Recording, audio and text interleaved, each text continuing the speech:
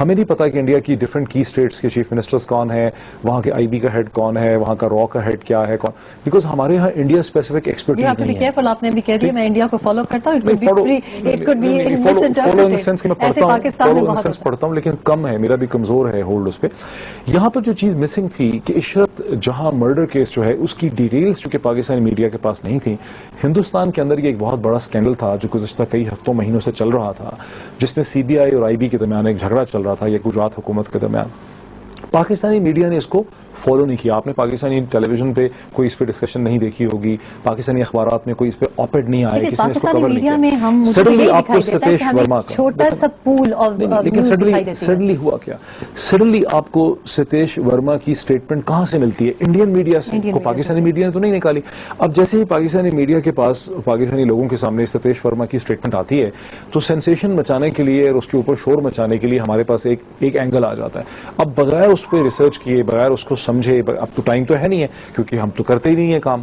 ہم نے پچھلے 6 مہینے میں یا 7 مہینے سال کے گزر گئے ہیں تو ہم نے کتنی سٹوریز انڈیا پہ کی ہیں, کتنی دفعہ ہم نے انڈیا ٹریول کیا ہے, کتنے ہمارے کورسپونڈنٹ انڈیا میں موجود ہیں. ایک منٹ میں ریاض الدین صاحب سے بھی پوچھوں گی کہ کیا یہ ریزن بھی نہیں ہے کہ جب اگر کوئی اینکر اگر انڈیا کا نام ہی لے لیتا ہے, اگر کوئی پازیٹیو بات کر دیتا ہے تو پھر اس کے اوپر اسی قسم کی مڈ سلنگنگ ہوگی جیسے کہ ہم دیکھ رہے ہیں, ویدر اٹ از جینوئن اور ناٹ, لیکن یہ کہیں ویریفائی نہیں کی گئی, اس کا کوئی ٹرائل نہیں ہوا, لیکن لوگوں نے الزامات تہمات لگانے شروع کر دیے. ہم ٹویٹر پہ دیکھ رہے ہیں, سوشل میڈیا پہ آپ دیکھ رہے ہیں, عجیب عجیب قسم کی باتیں آ رہی ہیں, لیکن ان کو اپنے کو ڈیفینڈ کرنے کا موقع بھی نہیں دیا جا رہا. تو کیا یہ نہیں ہو سکتا کہ ہم ایک خوف میں بھی ہیں کہ ہم انڈیا کا نام ہی نہ لیں یا کسی پازیٹیو طریقے سے بات ہی نہ کریں؟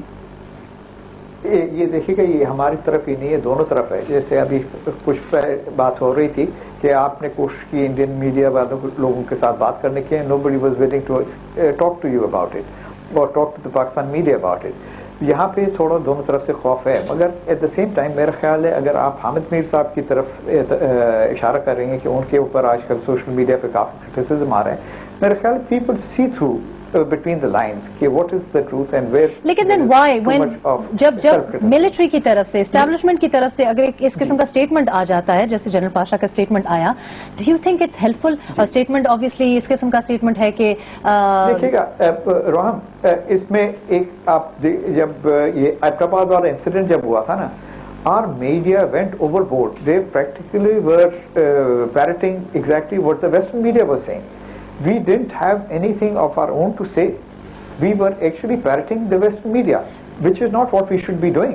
This is where the maturity and sensibilities come in. Yahan pe, I think if there was a criticism, then it was a very correct and genuine criticism that we are not really defending what should be. لیکن جو الفاظ استعمال کیے گئے تھے statement میں, حال میں ڈاکٹر صاحب اپروپریٹ تھے کہ الزامات تو بیسکلی بکنے کے لگائے گئے تھے. Do you think that's appropriate? ایبٹ کے حوالے سے بات کریں گے. جب جنرل پاشا نے کہا کہ ہمارے جرنلسٹ, ہمارے صحافی, ہمارے اینکران بک جاتے ہیں, اور انہوں نے مینشن کیا کہ کن طرح سے بک جاتے ہیں. General Pasha, I think he quoted one of the American diplomats saying that.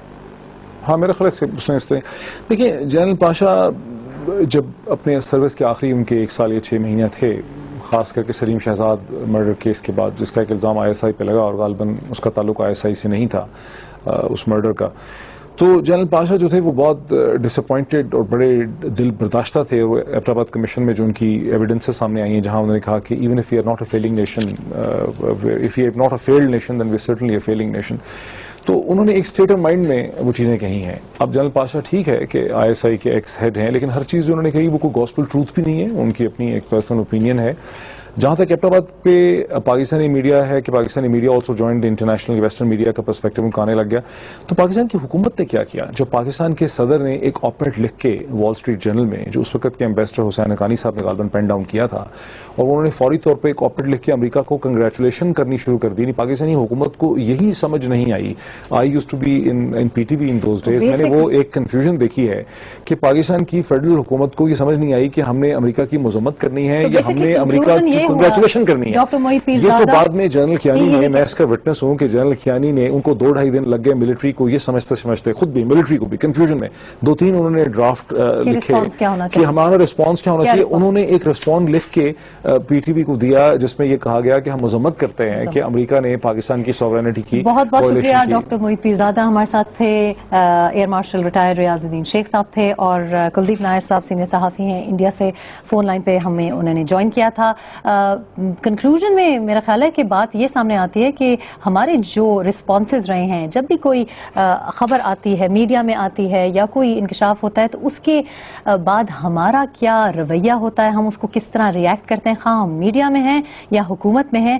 ہمارا جو فرسٹ رسپانس ہوتا ہے وہ کنفیوز دکھائی دیتا ہے, اور ظاہر ہے چونکہ کنفیوز دکھائی دیتا ہے اس لیے کوئی بھی ہم پہ تہمت لگا سکتا ہے, ہمیں بلیم کر سکتا ہے کہ ہم یا بکے ہوئے ہیں یا ہم اسی منصوبے کا حصہ ہیں. تو یہی ہو سکتا ہے کہ کوڈ آف کانڈکٹ شاید اس سے پہلے کہ ہم اوروں کی طرف اشارے کریں, بیرون ملک اشارہ کریں, پہلے اپنے گریبان میں جھانکیں, خواہ ہم میڈیا سے تعلق رکھتے ہیں یا حکومت میں ہیں, جہاں کہیں بھی ہیں, لیکن سوچ سمجھ کے اپنا رسپانس دیں, لکھیں, اور جو ہم کہہ رہے ہیں اس کی بھی ذمہ داری اٹھانے کے توفیق ہمیں خدا دے.